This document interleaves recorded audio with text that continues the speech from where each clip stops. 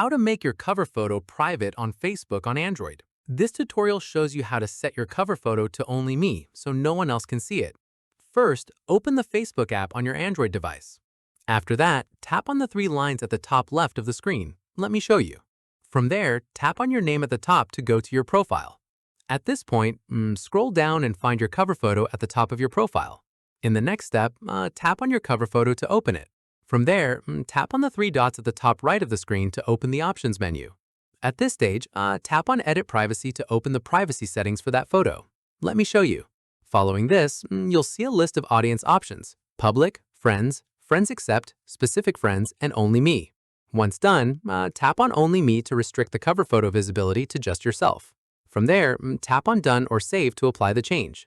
At this stage, your cover photo will now be set to only me, and no one else will be able to see it on your profile. Here's an important note. Even though the cover photo is set to only me, it will still appear on your profile when someone visits your page. However, the photo itself won't be viewable in full size or accessible through your Photos album by anyone other than you. And that's it.